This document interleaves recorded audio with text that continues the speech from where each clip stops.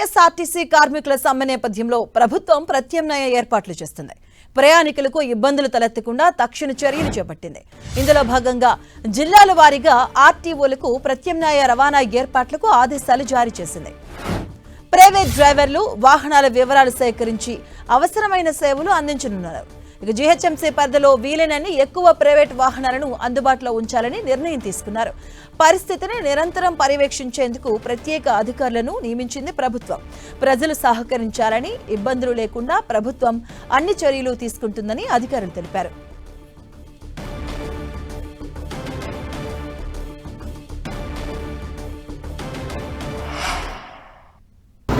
బస్సులు స్ట్రైక్ అన్నారు కదా, మళ్ళీ ఎందుకు నడుపుతారు?